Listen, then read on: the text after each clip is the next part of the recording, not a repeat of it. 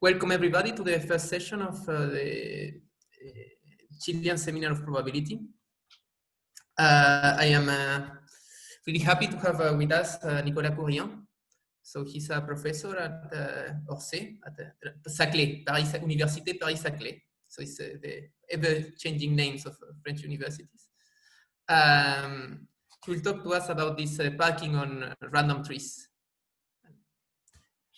Thank you very much. Thanks a lot, Avelios. Thanks a lot for the invitation. It's a real pleasure to be speaking in your first joint seminar. I'm a bit thrilled and scared because it's my first time I'll be giving a talk, online talk. So be, indulgent. I don't know how it's gonna come out. And I'm also a bit excited because it's really fresh work. So it's part of a project that we are, building with lots of people, including Olivier and Lin Xiao, who are here. And there has been very recent development in the last 2 weeks. So when Avelio asked me to talk about something, I was really excited. But it's really fresh news, so it might be also, moving. So don't expect the paper on arXiv tomorrow, and the result might change over time. So I'm going to draw on the tablet. So probably I keep my webcam, but you see, if you see me looking downstairs, it's just because I'm looking at my tablet. So I'll be speaking about parking on random trees, and as I said, it's joint work. So mainly what I'm going to talk about, it's mainly joint work with Alice Conta, who's a PhD student here in Paris-Saclay, and Olivier Hénard, who's a maître de conférence here in Paris-Saclay. But also part of it is joint work with Jean Berthoin, Lin Xiao, Igor, and Armand Riard. All right. So let me introduce you to the model first. So the model is a parking on a tree. So the tree will be random, but let's first fix a tree. So you see the tree. This is this structure here, which you think is your parking lot. So you have vertices, and the vertices, they have edges in between. And since it's a tree, it is directed towards a given vertex here, the vertex which is downstairs, which is the root of the tree. So you have directed edges towards the root of the tree. And each vertex, you think of it as a parking spot, which can accommodate at most one car. Okay? So this is your structure for your parking lot. And now you've got cars. You see, I can zoom. You've got real cars arriving on your parking lot, and they will try to park. So how is it going? So imagine that this is the first car. So this car arrives and decides to park on this vertex. It's good news because this vertex is free. So this car parks on this vertex. Okay. Now imagine that the second car arrives here on the same vertex. When this car arrives, the vertex or the parking spot is occupied. So the car will drive towards the route, following the arrows, until it finds a parking spot which is free, available, and parks there. So first car is parking here, second car is parking there. Then think of the third car arriving here. It will park here, 3. Then maybe this one is the fourth one. It will park here. Then this one is the fifth one. Arrives here, drives downstairs, parks here, 5. Now this one is the sixth one, parks here.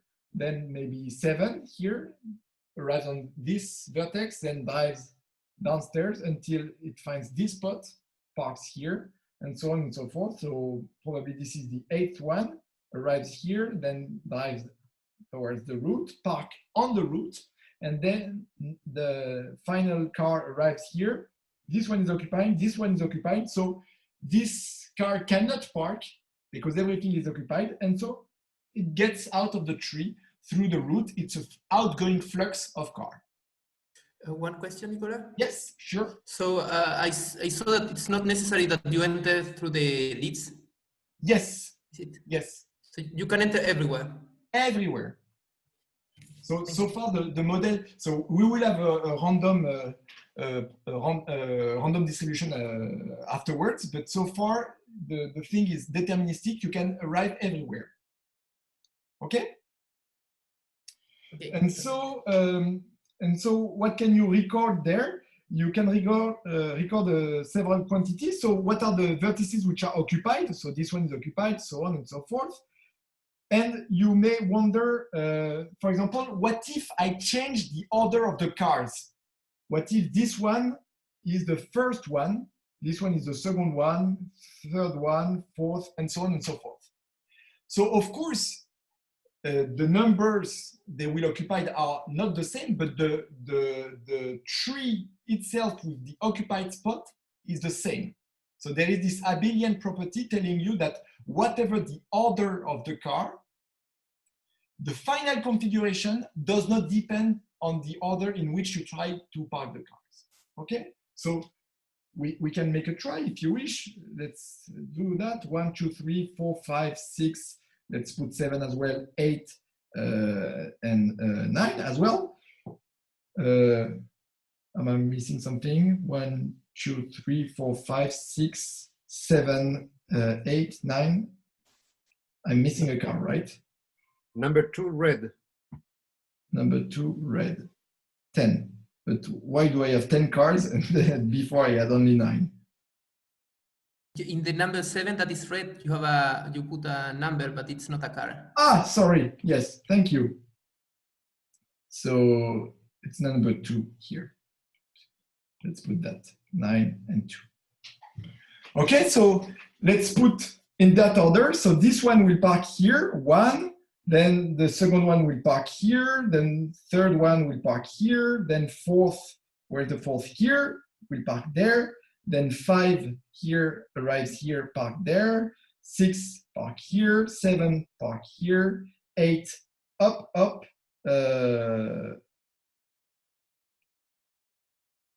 What is this 8?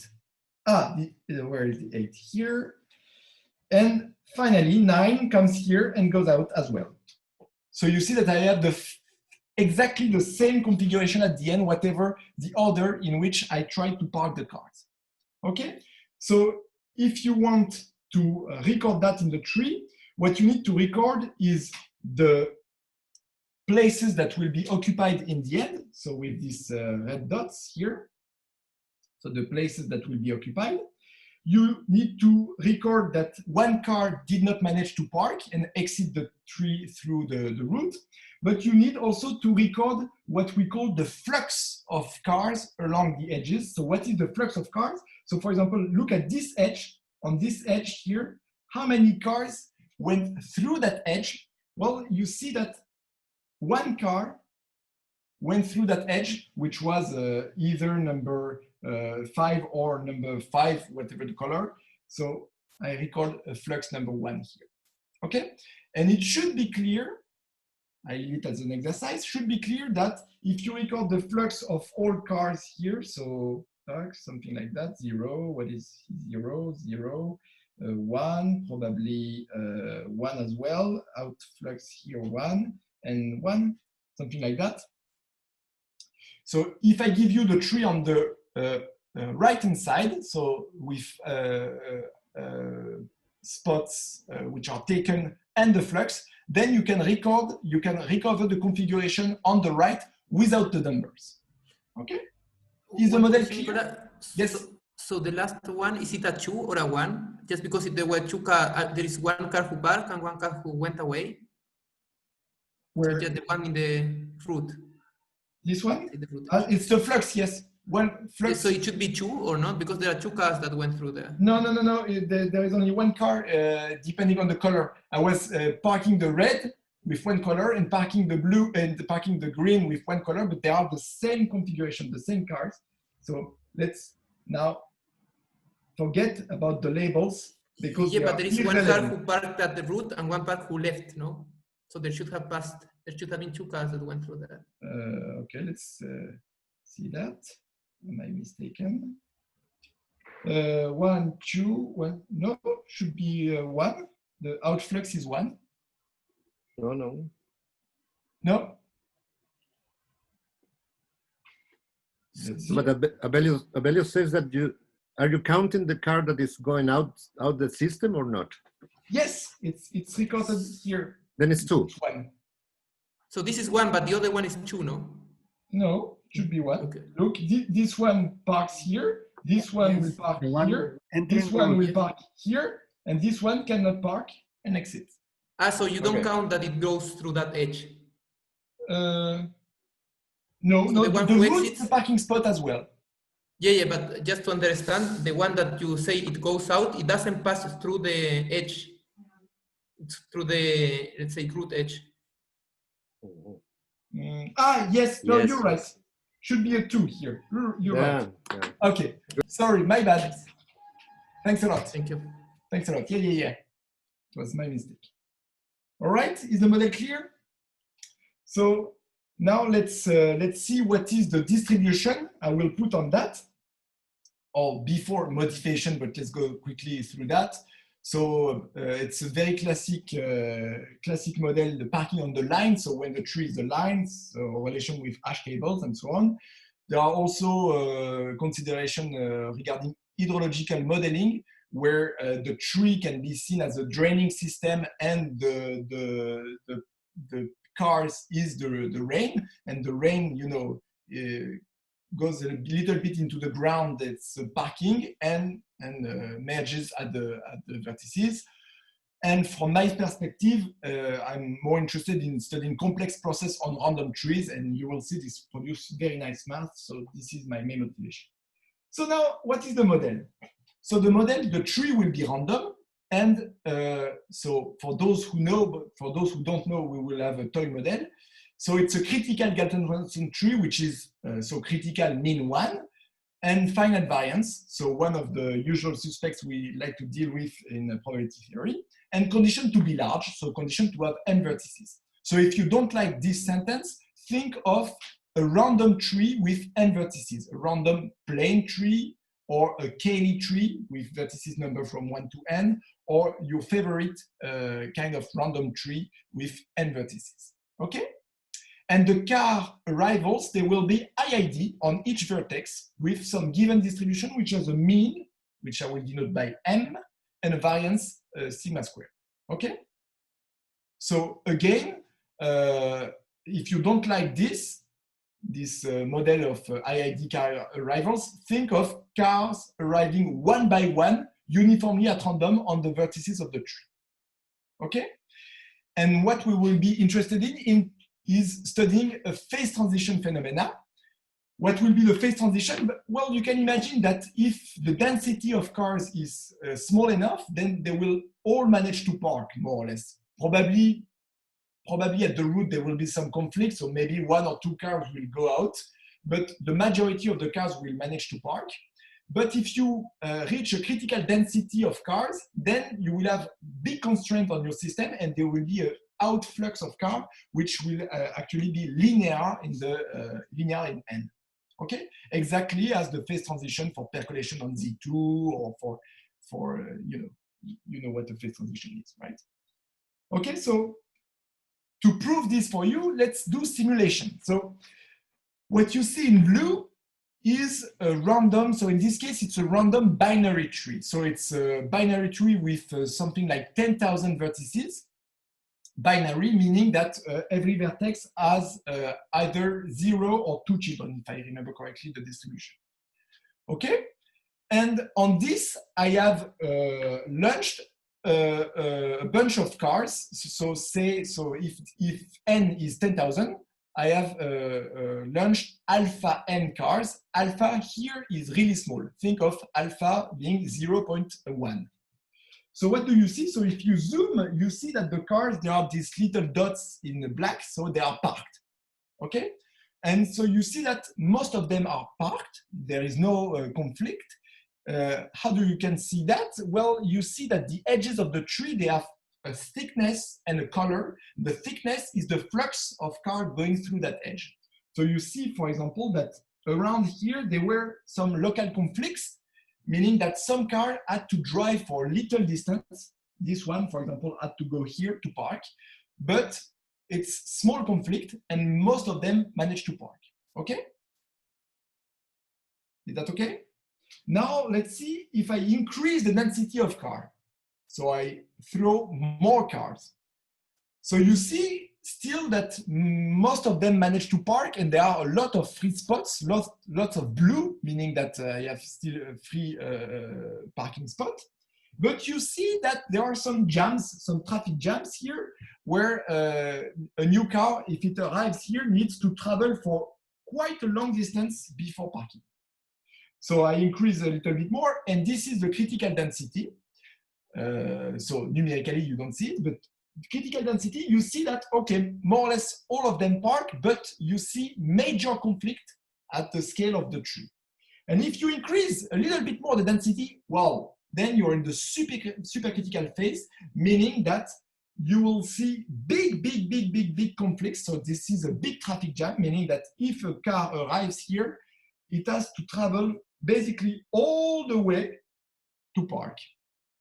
Okay, and if you increase a little bit more, then you see this big lizard. What does it mean? It means that a lot of cars had to go out from the tree. There is a very big flux at the origin. Okay? So it should convince you that there is some phase transition going on. And to finish convincing you, I have movies. So it's exactly the same, but in movie. So do you see that? So you see cars, these black dots arriving one by one, well, actually 2 by 2, and all of them manage to park.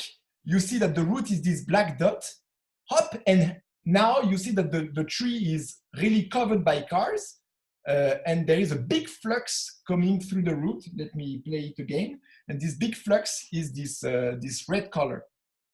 So I'm still subcritical here, still subcritical. Now I see big conflicts. Up, I'm critical, and now up in a second, I'm supercritical, and there is a positive fraction of my cars going out from the route. Okay? Let's see that another simulation. Whoops. No, I don't want. Oops. Do you see? No. Up. Do you see this one? Yes. So it's another simulation displaying the same phenomenon. So cars are arriving one by one. And here up, I'm reaching a critical density, which all of a sudden, up, you see some flux appearing at the root. Okay? One more. This one. Oh, no, it doesn't want. Okay.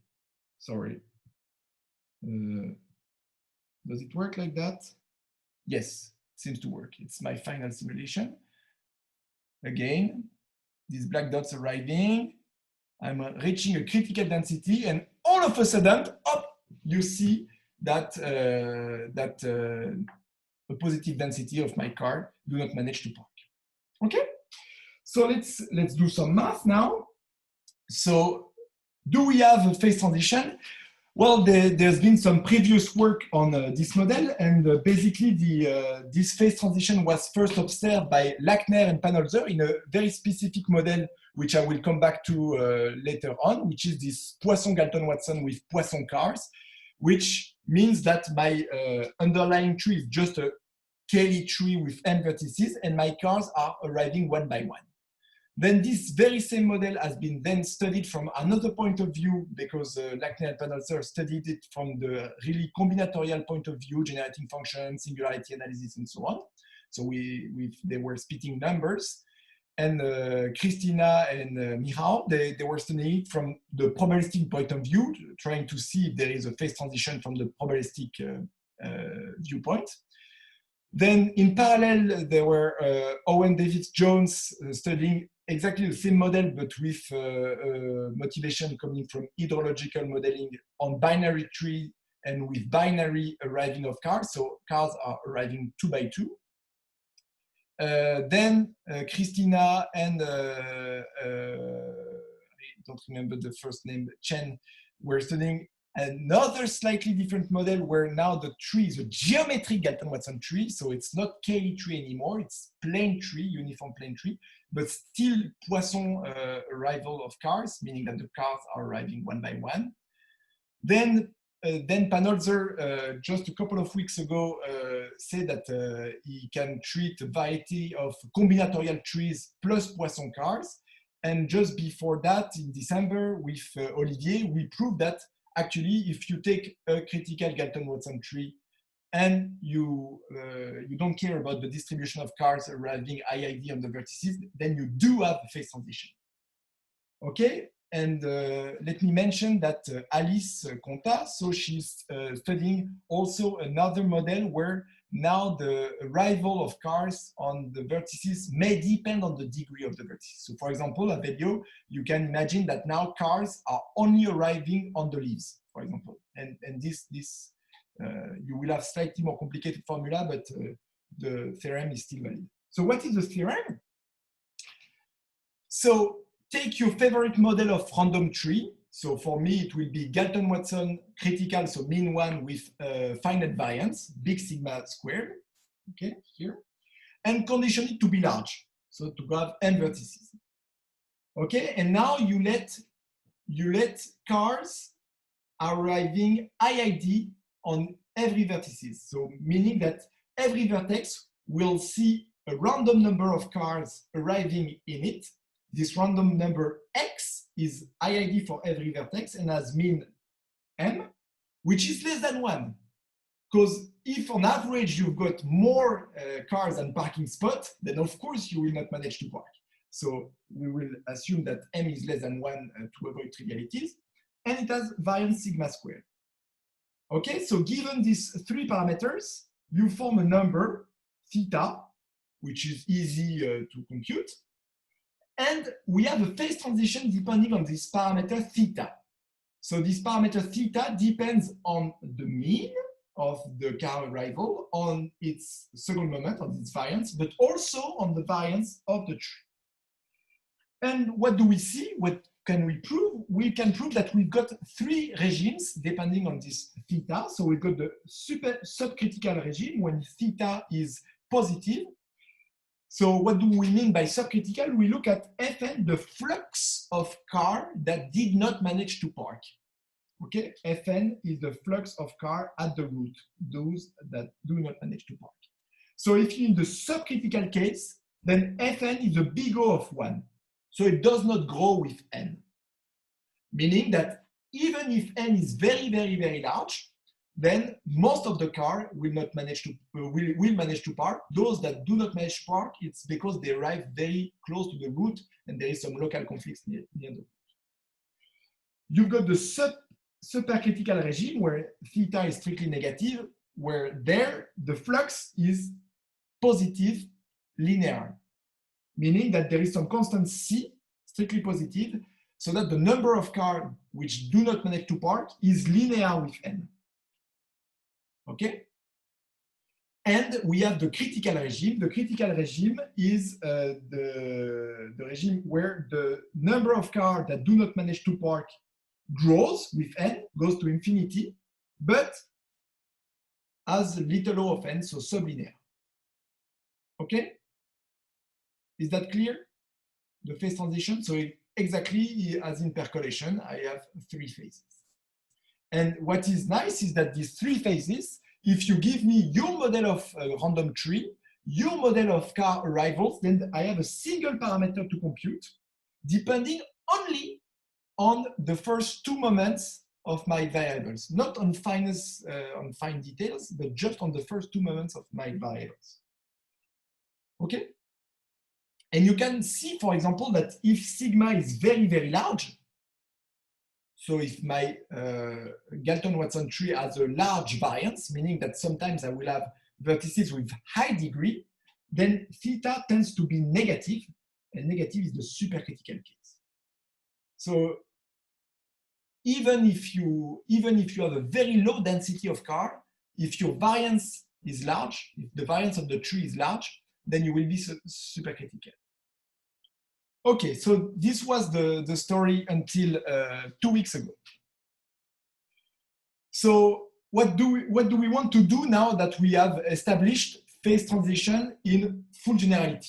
Okay, so first thing we can do is seek for more universality. Can we do multi-type Galton-Watson tree? Can you do a rival that depends on the vertices that are locally dependent? Can you do tree with prescribed degrees and so on and so forth? Okay, this is one aspect. Second aspect, exactly as in percolation, once you know a phase transition, you want to see if this phase transition is sharp. What is sharpness here? It's exponential decay of something in the subcritical phase and exponential decay of something in the supercritical phase. So this is what Alice is doing. So what is exponential decay of what in the subcritical phase? It will be exponential decay of Fn, of the flux. So the flux will have an exponential tail. And in the supercritical case, it will be large deviation for the flux. So that's the sharpness of the phase transition. But what is, from my point of view, more interesting is to get a scaling limit of what we saw, of that, right? You want to see this picture, and you want to establish a scaling limit of what you are seeing right now. You want to establish a scaling limit dynamical result, right? You want to see this picture and you want somehow to speak of that in the scaling limit. So how can we do that? So I will give you elements going towards this, but we don't have a full answer now. And you will see in passing that we have links with stochastic processes like the Brownian tree, of course, gross fragmentation process for those who know, and so on and so forth. And last development that I want to mention is that this, the combinatorics of parking on tree is really related to enumeration of maps. Maps are graph embedded in the plane, so it's related to these techniques, TUT, quadratic method, catalytic variables, and so on. So there is a lot of combinatorics involved, but not in this talk. Okay, so now fresh start. For those who have not followed, you can catch up now. For those who have followed, you can leave if you wish. Because now I will take a very special model of parking on tree, which was the initial model of Lackner and Panholzer, and build for you a coupling of this parking on tree with something which we think is surprising, with just Erdős-Rényi random graph. And this will give us a big insight on the process. Okay, so let's come back on the initial model. And so now my tree will be a Cayley tree. What is a Cayley tree? It's a tree which has no ordering, so no planar ordering, but the vertices are numbered from 1 up to n. So you see the Cayley tree here. My vertices are numbered from 1 up to n. Okay? And my cars, they will be arriving one by one, sequentially, uniformly at random on the vertices of the tree. Okay? So first car here arrives at a uniform vertex of the tree. Second car here, whoops, arrives at a uniform vertex of the tree. And so on and so forth. Okay? So I have two levels of randomness. I first sample my Cayley tree, and then I let my car arriving one by one. Okay? It's exactly the picture I was showing you this movie. And I will make a coupling of the parking process on this tree and a random graph. So what will be my random graph? So it's the thing on the right. So my random graph here will be a random graph on n vertices, the n vertices of the tree. And there, my edges will arrive one by one, exactly as in the standard Erdős-Rényi case. So with the slight difference that my edges here, they will be oriented edges. And so, and the origin and the target of my edges, they can be co-founded, they can be the same. So I can be equal to J. So sometimes I have loops, you see one loop here. And also I allow repetitions. So you see here that I have some repetitions. You see here that I have some repetition of edges. So what is the model exactly? So at each step, I sample two vertices of my graph, I and j, which can be the same, IID, and I put an oriented edge from I to j. Okay? Is the model clear? So it's a very small variant of the Erdős-Rényi random graph. Okay? Is that clear? And my edges will also arrive one by one. So you see here, my first edge is this one, second edge is this one, third edge is this one here, and so on and so forth. So let me now build for you the coupling between the parking process on the left and my random graph on the right. And the idea of the coupling is displayed here. For each edge, oriented edge, the origin of this edge will be the place where the new car wants to park. And the target of my edge will be an arrow pointing towards the next free spot. What do I mean by next free spot? You will see. So let's proceed. Let us proceed. Let me take some color and let's see. So what is the first arrow entering in my graph process on the right? My first arrow is this one, oriented that way.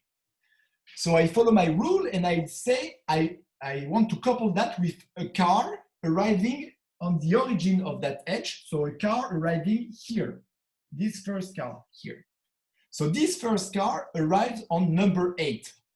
It parks on number 8. And now I use the target of my arrow as pointing towards the next free spot from this number 8. So what is the next free spot? This arrow tells, okay, it's number 4. Okay. Let's take the second edge. Second edge coming in my graph process is this one, 2 oriented that way. So in my coupling, that means that the second car wants to arrive on number 6. The car parks on number 6 because it's free. And I want to use the target of my root edge as the target towards the next free spot. Notice that so far, number 4 and number 7, they are free, they are available. There is no car there. Okay, let's move on. What is number 3? Where is it? Ah, here. Oops, sorry, that was the eraser. I want to take the pen. Okay, that's number 3. So number 3 means that a car wants to park on number 4. Ah, that's this car here. So this car indeed parks on number 4, and I use the target of my edge as a pointer towards my next free spot, which is this one.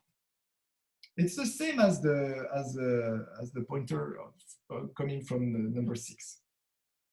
Okay, let's move on. Number 4, a car comes here. This number 4 parks here, and I have this. Okay, now comes something interesting. Look at this next edge. So in my graph process, this next edge is number 5, and it's this one. What does that mean on my parking process on the left? That means that the car number 5 wants to park on this vertex number 3, but it cannot because number 3 is taken. So this car, the number 5, will go down until it finds a free spot, which is number 1.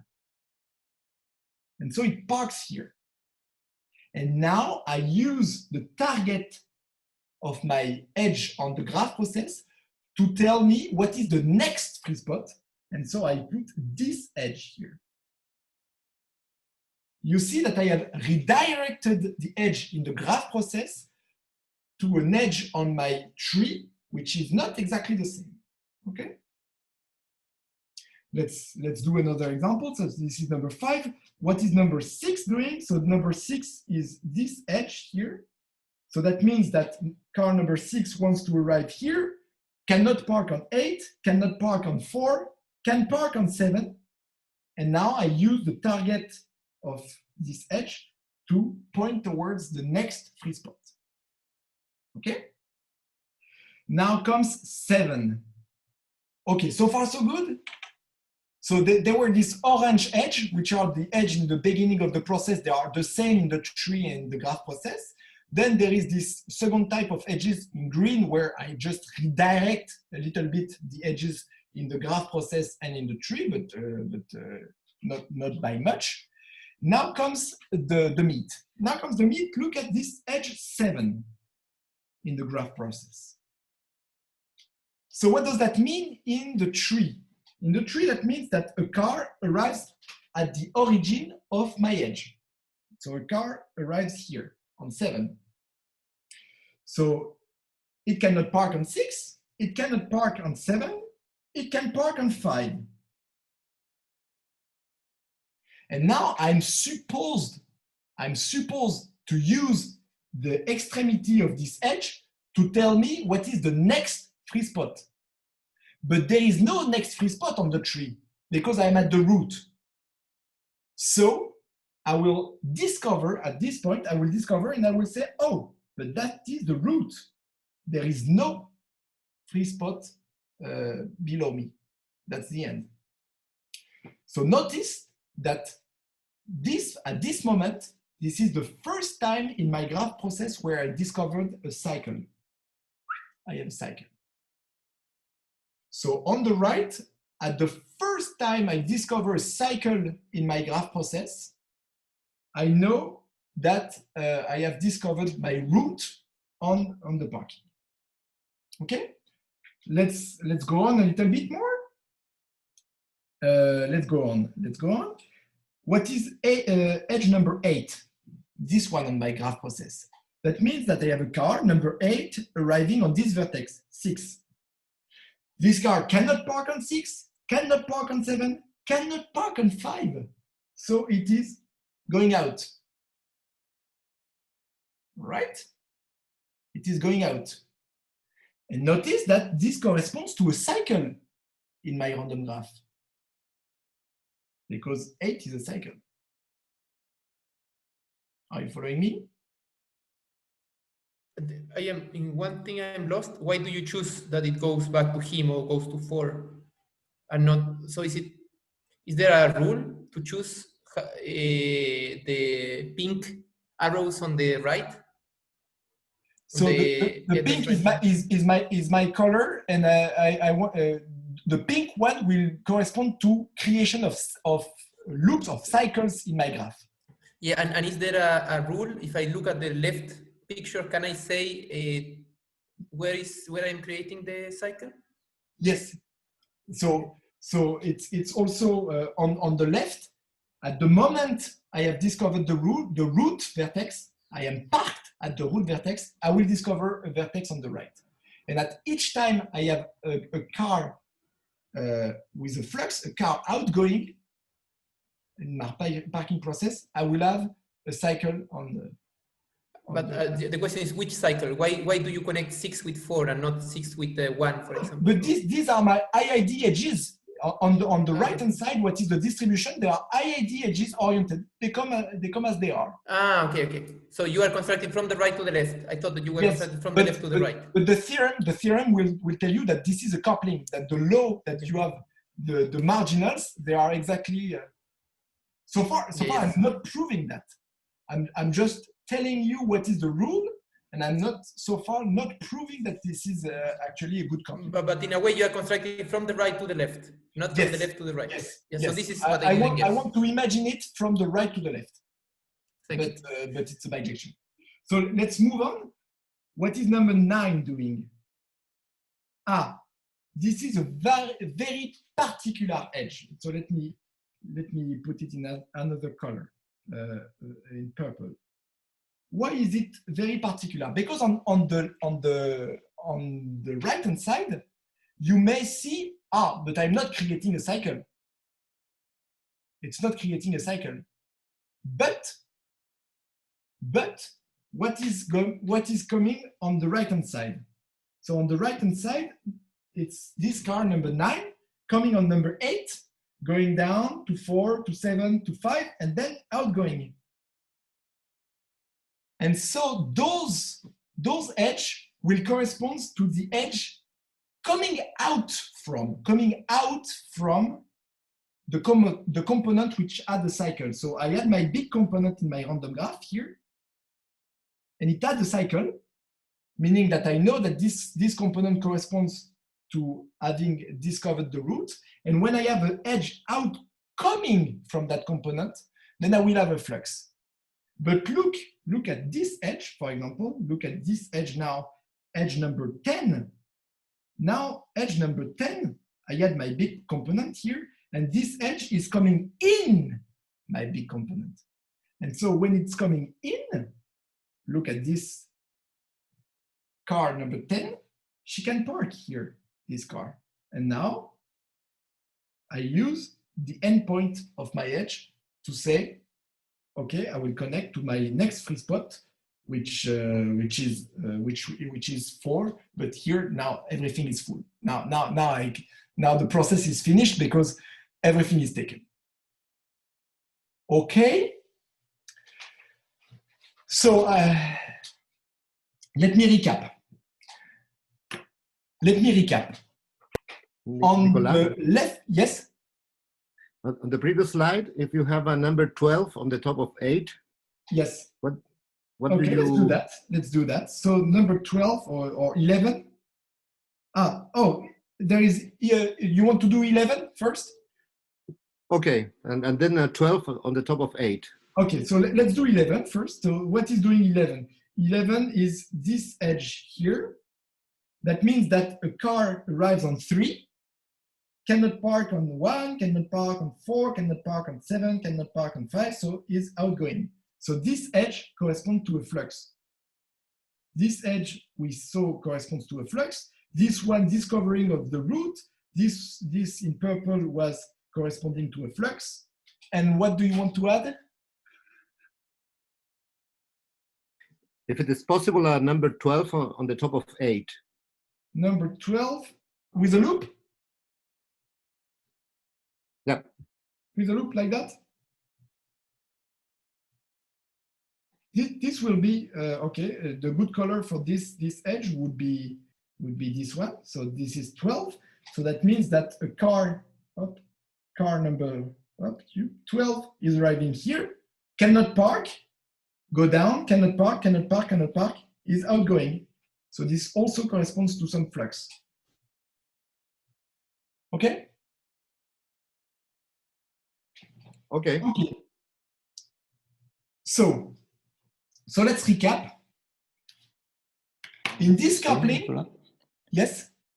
I did not get why the edge number 5 is pointing to vertex number 4.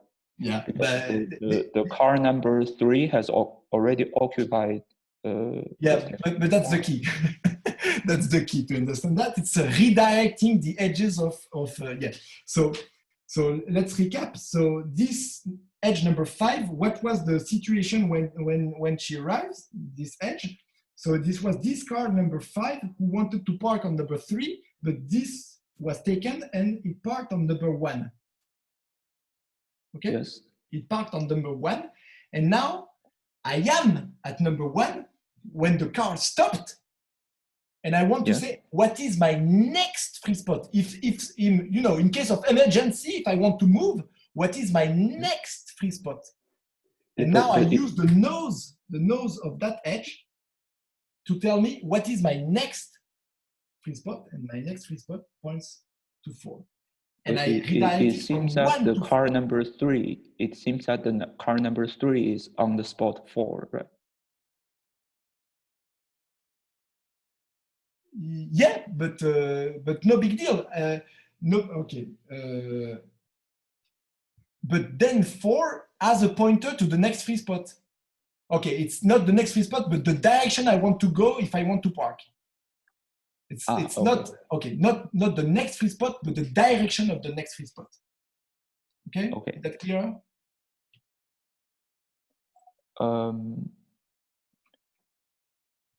Let's see if I can go back to number 5 meterize. Line edge.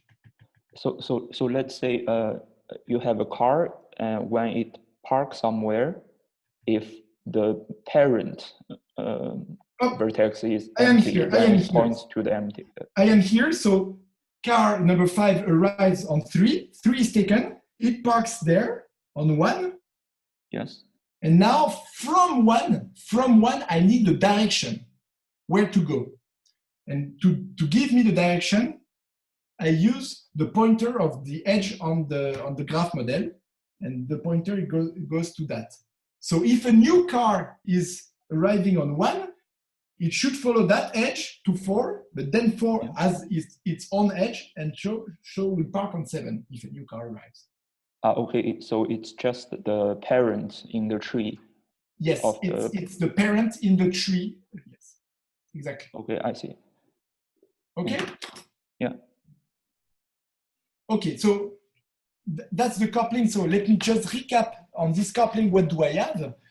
I have orange edge, which are exactly the same in the tree and the graph model. I have these green edges, which are just redirection of edges. And then suddenly I have a cycle on the right-hand side. And we will stop there. Let's say you stop when you have discovered a cycle on the right-hand side. That means that you have discovered the root on your tree.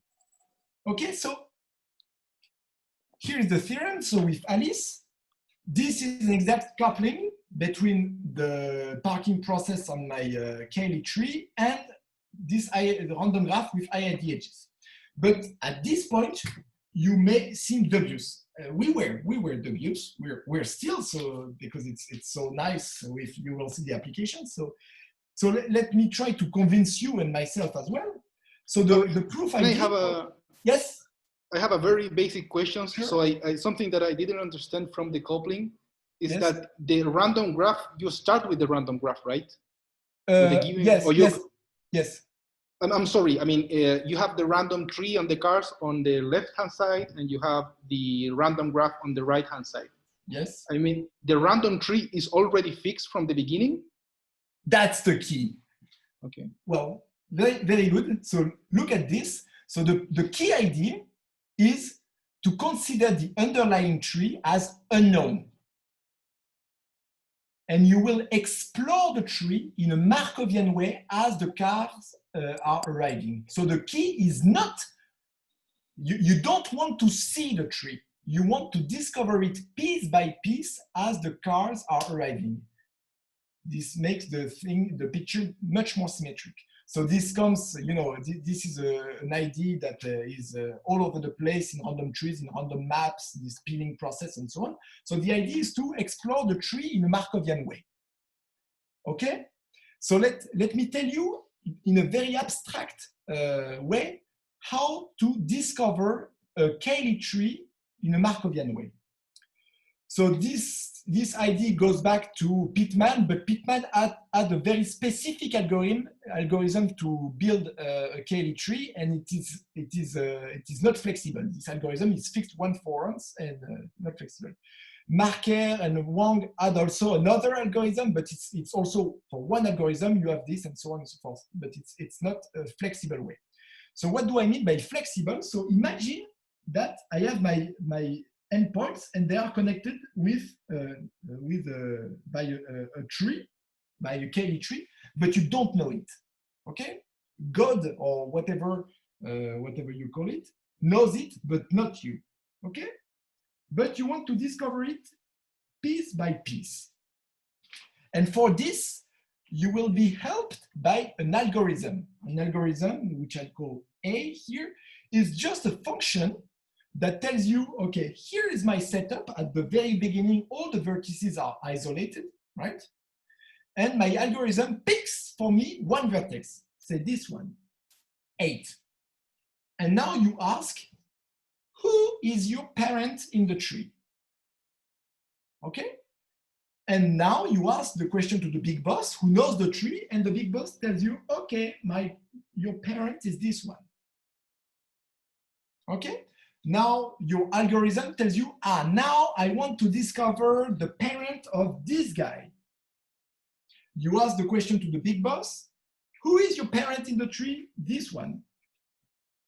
Now your algorithm is giving you another vertex, not this one, because you know its parent. So it will give you a root, what I should call a root, which is a vertex for which you don't know who's your parent. Okay. So for example, it may pick this one, and you ask the question, who's your parent? Okay, this vertex. Now the algorithm picks for you this one, and you ask, who's your parent? Oh, this, and so on and so forth. Okay? So what is the status after a couple of iterations? After a couple of iterations, you have some trees. So all the edges are going downstairs, right? You have some trees and some vertices for which you don't know who is your parent. Okay? The algorithm picks for you one of these guys, and you ask, who is your parent? So of course, your parent cannot be a vertex in your own tree. So it must be a vertex somewhere else. Okay? Are you following me there?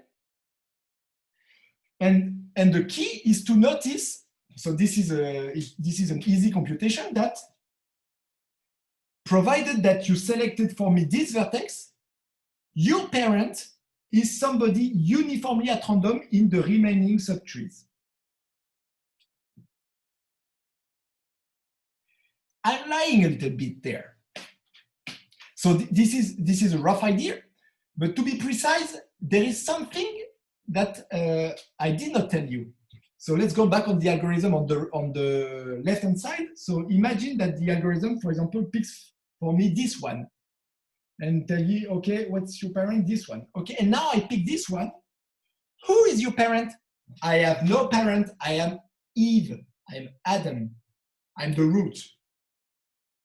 So there is another move, which is I'm the root. Okay? And so in my algorithm, once I have picked a vertex here, there is a move telling you, okay, you have a parent, and your parent is some guy uniformly at random among the possibilities, or you're the root. Okay? And these moves, it's also a computation. If the size of your tree is scale, if you have n vertices, then the probability that you are actually the root, this happens with probability k over n. And so the other possibilities, you've got n minus k possibilities for your parent over n. This sums to 1. Okay, so if I pick a vertex, there are two possibilities. Either you are the root, and this event happens proportionally. The bigger you are, the bigger is your tree, the larger is your chance to be the root, which is sensible, right?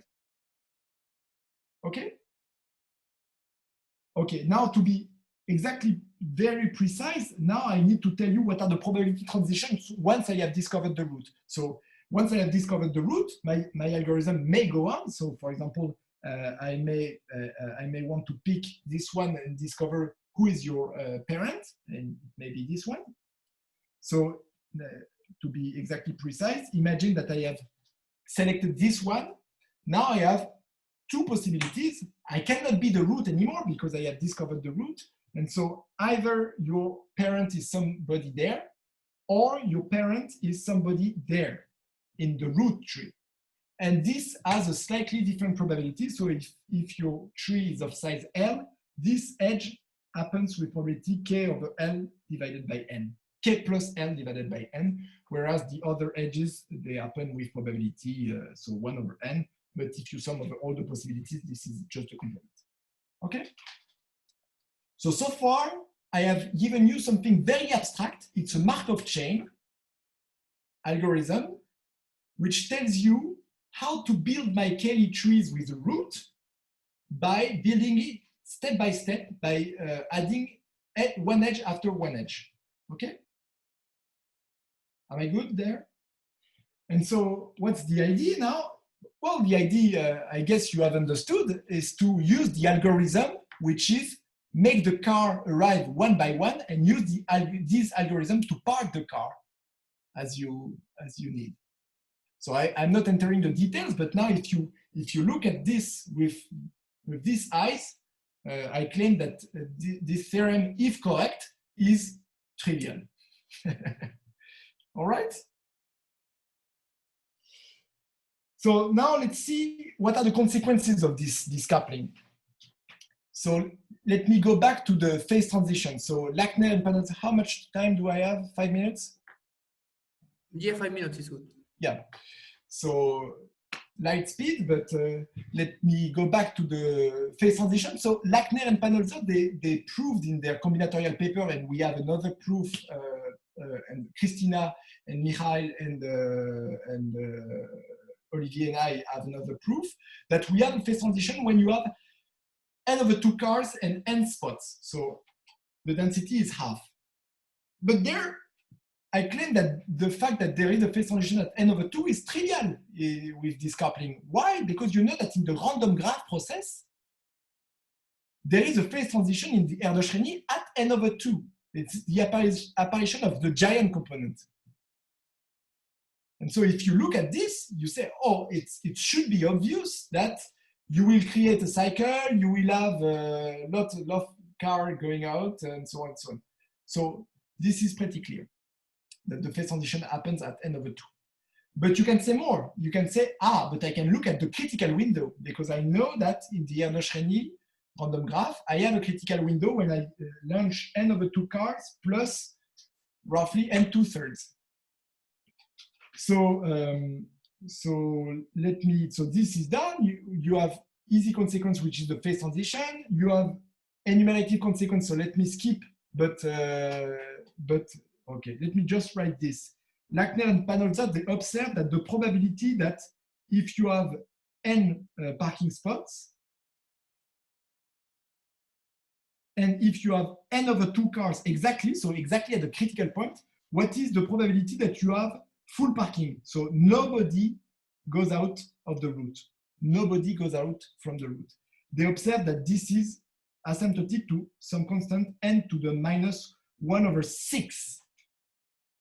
So this is heavy enumerative combinatorics, analytic combinatorics. But with this coupling, you observe, you know in the literature that's very well known, that the probability that Erdős-Rényi random graph at exactly the critical point has no cycle, this is also n to the -1/6. And in our coupling, remember, discovering of the root, so first flux, is discovering of the first cycle. So pretty clear, right? And so you have a lot of other enumerative consequences which are trivial.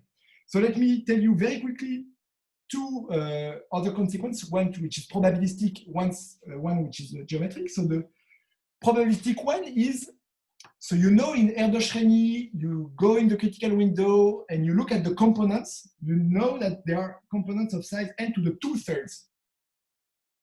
Okay? Now you go back to our model of parking and you look at the critical window, or say at the critical point, and you look at the components. What are the components? These are those components. So these are the piece of the tree where everybody is parked, right? These are the components. So I claim that with our coupling, you see also that these are of size n to the 2/3. But they do not evolve exactly as for Erdős-Rényi. For those who know, for Erdős-Rényi, they evolve as multiplicative coalescent. But for us, we have one distinguished particle, which is the root, which is some trash, some flux. So we have some variation of the multiplicative coalescent describing exactly what is the size of the component in the critical window. And let me just finish with that. Now you want to understand, now you know what are the components, so what are, let me show you the picture again, what are the size of these components of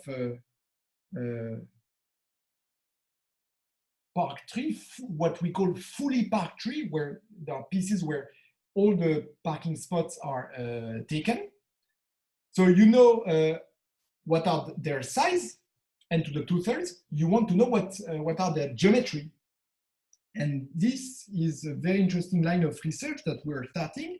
And the anatomy of such a guy. So the size, let's say the size is n, but remember that in the critical window it's n to the 2/3, so it's n where n is the side of your Cayley tree. So what is the diameter, for example? Well, it's n big N to the 3/4. So it's not a Brownian tree. It's something more complicated related to a gross fragmentation process. This is why you have appearance of Jean Berthoin here, Alice Conta here, where you have Igor Korczemski, where you have Armand Riera as well coming into the game. Armand Riera. And you may also wonder, what is the flux here? Well, the flux is square root of n. So you want to understand all this stuff. So we have basic access to those. We hope to get to the scaling limit. And now at the end, so in 2000 something, with all these people, so you recognize Jean Berthoin, Alice, Lin Xiao is here, this is Olivier, this is Igor, this is Armand. We want to understand exactly the full picture of the movie that you saw. So how to glue those components, how they are glued, what are their size, what is inside with these fully packed trees, and what is the dynamical version. So I sweep that under the carpet because I need to finish. Thanks a lot. Thank you very much, Nicolas.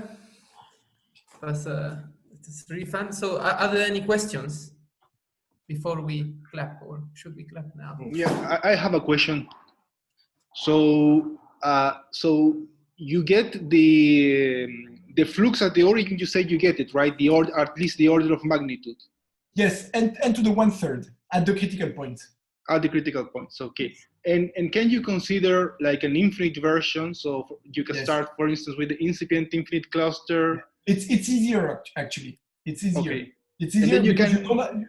the flux at the origin is actually a bit painful because it breaks the symmetry. If you have an infinite model, it's easier.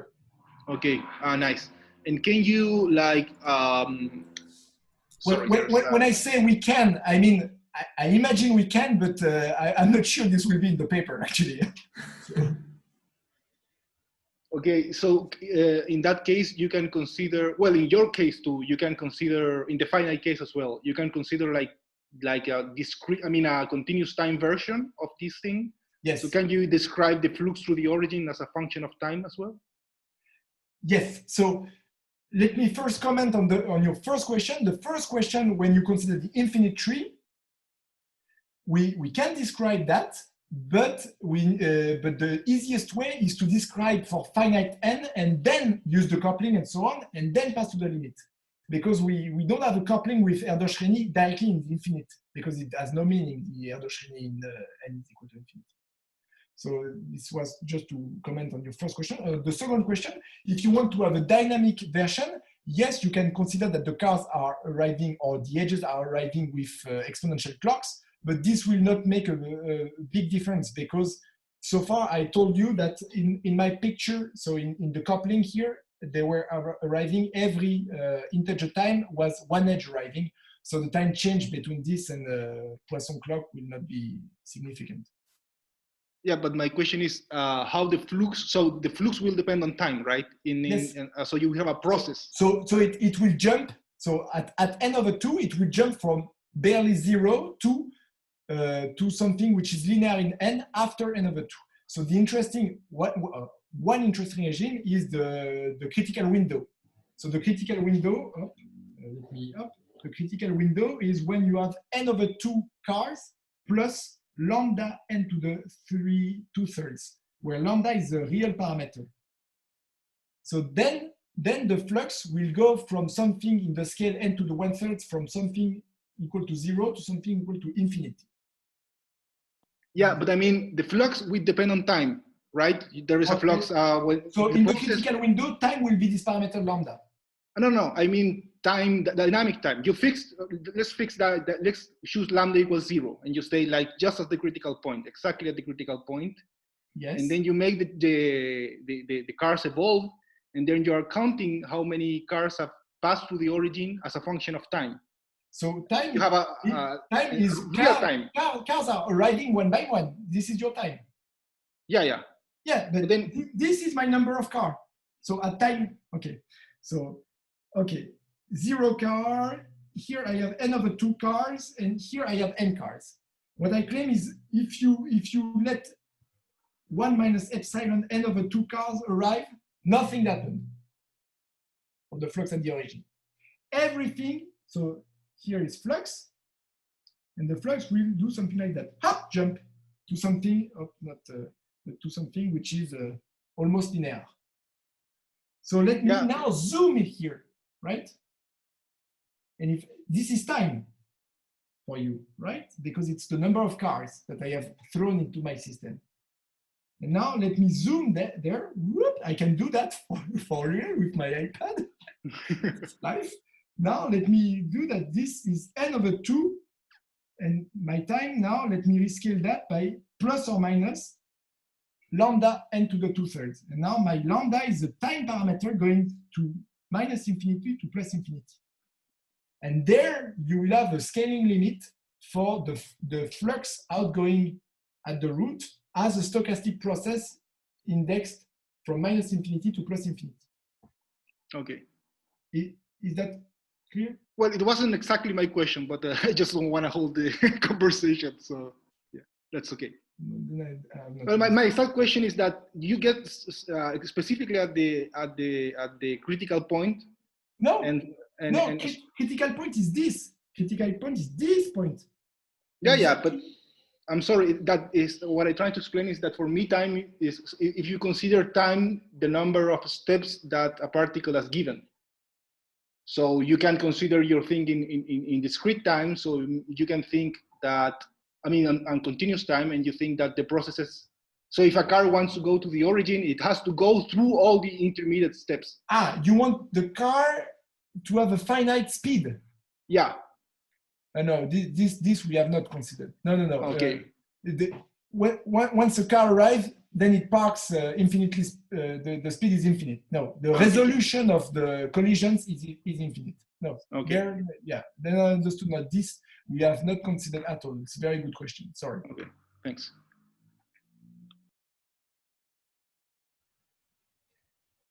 Are there any other questions?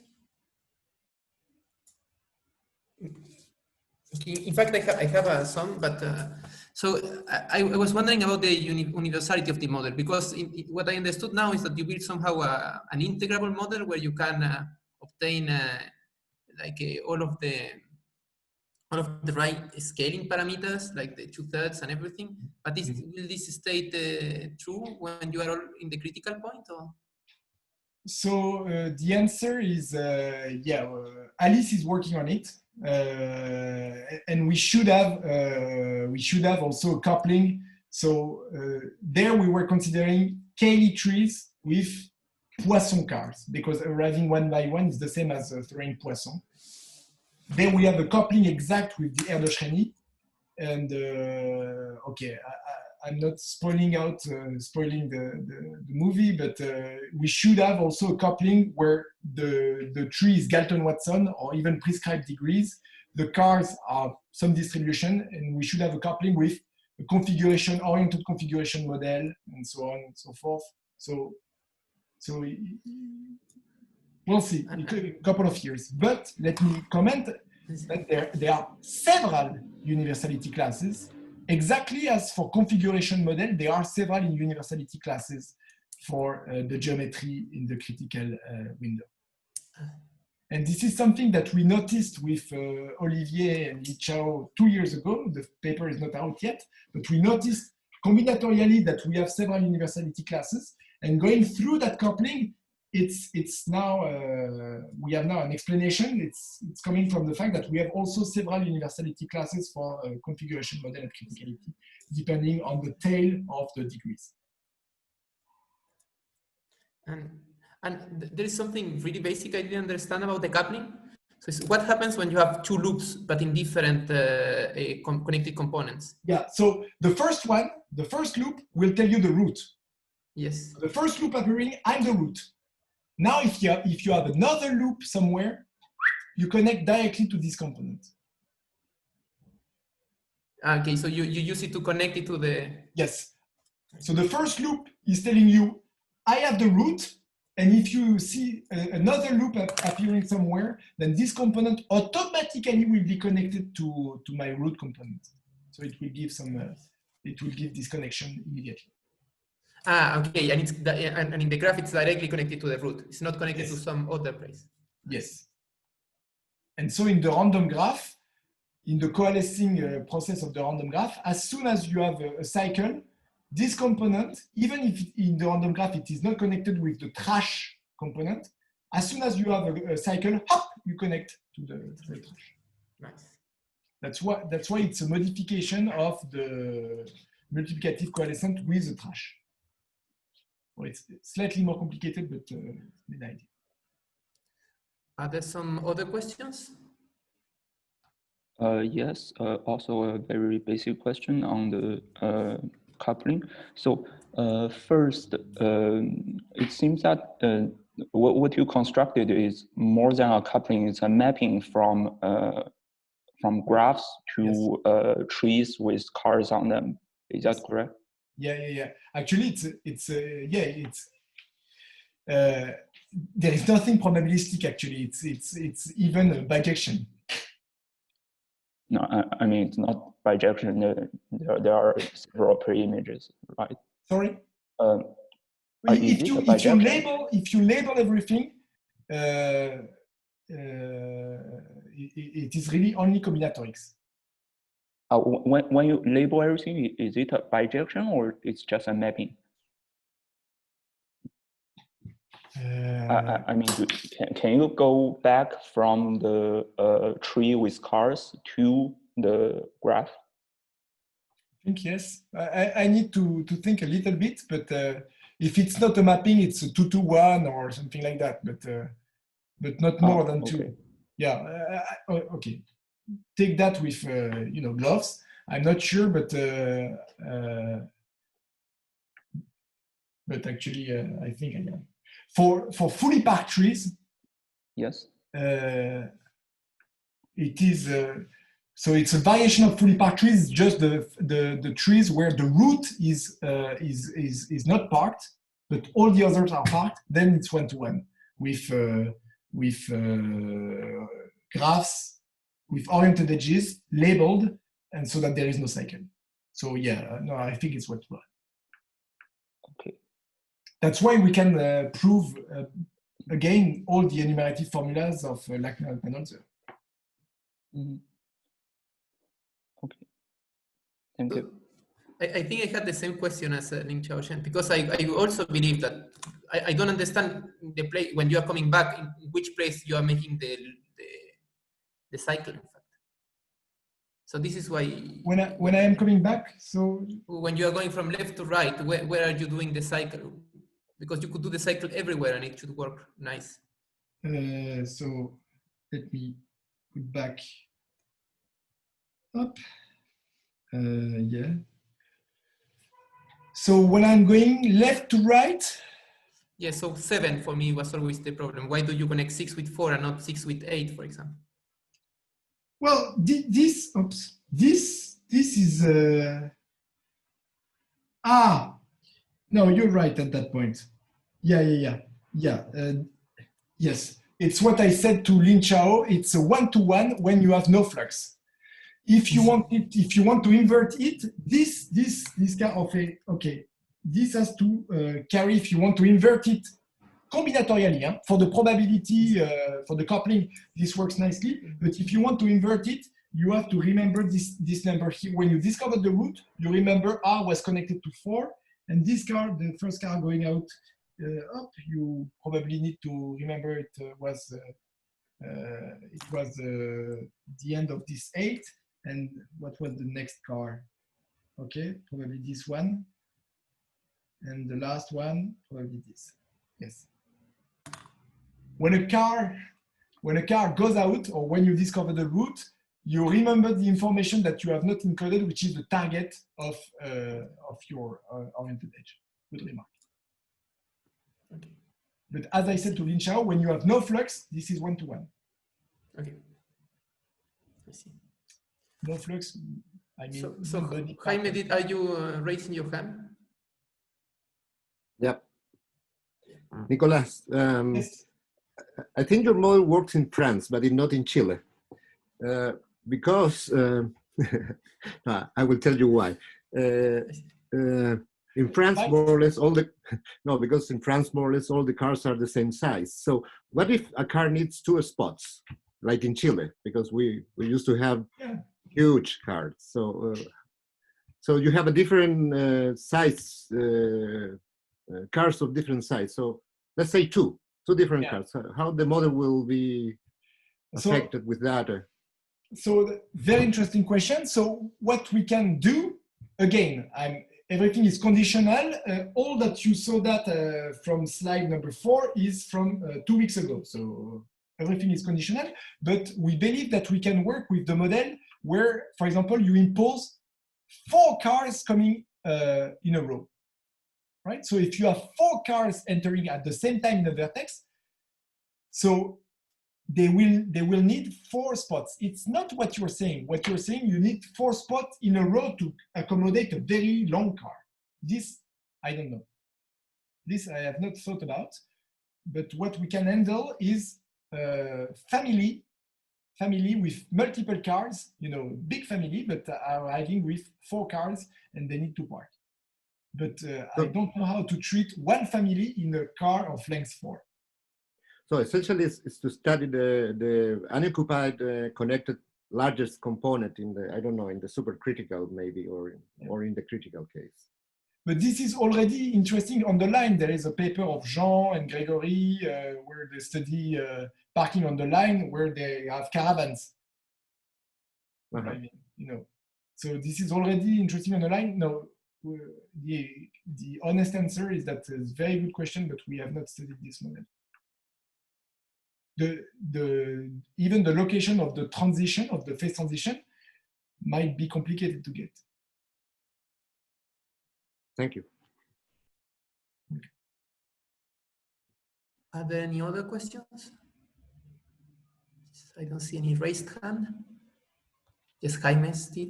So I propose that you unmute yourselves and we clap our amazing speaker this time.